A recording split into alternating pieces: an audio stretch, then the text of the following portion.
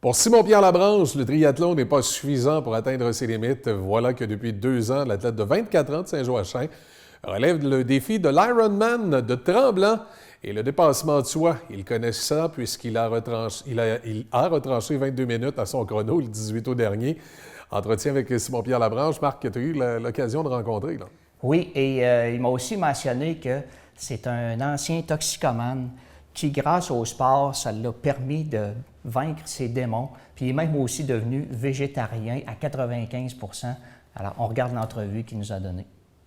Tu peux être professionnel dans le sens tu as des copyrights de finish. On en devient Ironman en voulant se défouler puis en dépensant beaucoup d'énergie. C'est comme ressortir toute l'énergie qu'on garde en dedans de soi. Puis on en devient assez, dépendant quasiment à faire du sport. Comment qu'on arrive justement au niveau de l'entraînement? Est-ce que ça prend des années ou comment on fait pour s'améliorer à ce niveau-là? Ça dépend surtout du chemin qu'on prend, je crois. Puis ça prend de la discipline, en fait. On peut pas se dire du jour au lendemain, je vais faire un Ironman, parce que je pense que juste à la natation, on pourrait arrêter assez rapidement.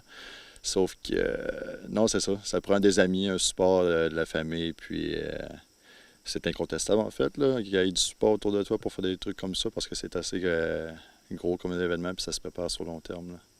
Justement, comment on consacre d'heures, soit par semaine ou par année même, pour devenir comme vous êtes?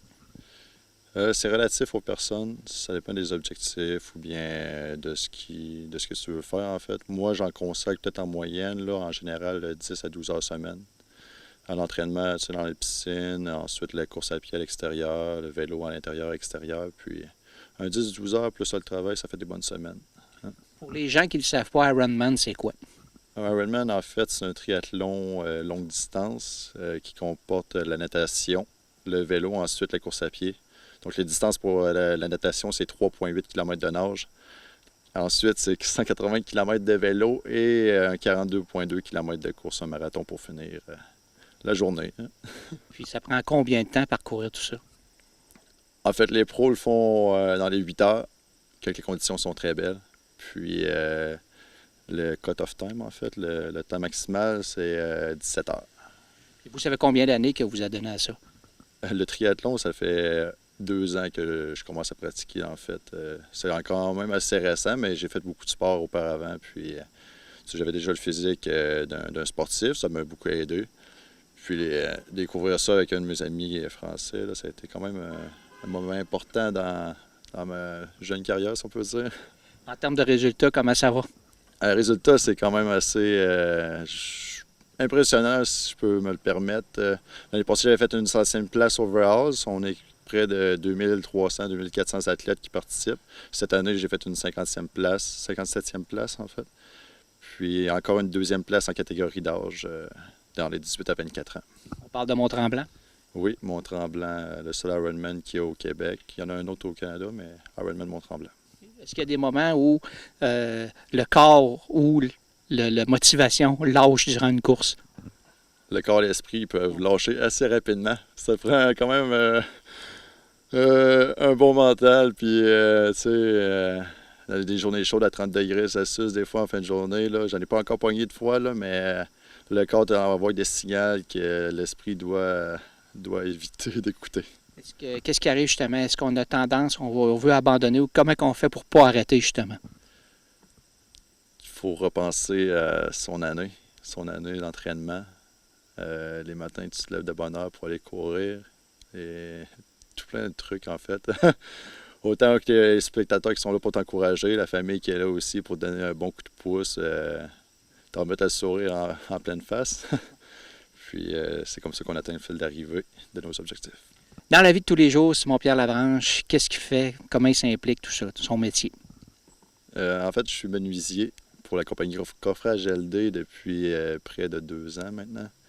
Puis, je fais du coffrage de béton à chaque jour à l'extérieur, qu'il fasse chaud ou froid, été comme hiver. Donc, ça, c'est le gros de mon travail que je fais environ 40 heures semaine. Puis, dans la vie de tous les jours, je m'implique, rendu au soir, autant à faire du sport au niveau personnel que m'impliquer dans le bénévolat, l'entraînement pour les jeunes au club de course Endorphine.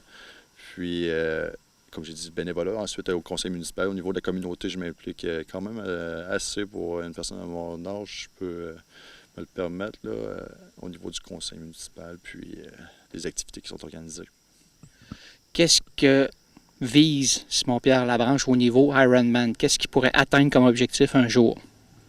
Atteindre comme objectif un jour, bien sûr, mon objectif principal, c'est les championnats du monde cette année, avec la course qui a eu lieu il y a 2 semaines. Je n'ai pas réussi, malheureusement. J'étais derrière le premier, sauf que c'était une bonne pointure qui était devant, fait que c'est encourageant quand je peux me comparer à des personnes qui sont élites. Quand même, puis les prochaines années, tout dépendant de comment ça va, peut-être bien devenir professionnel au niveau triathlète.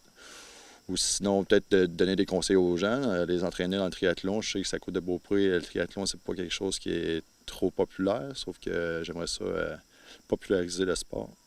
Merci, M. Labranche. Bonjour.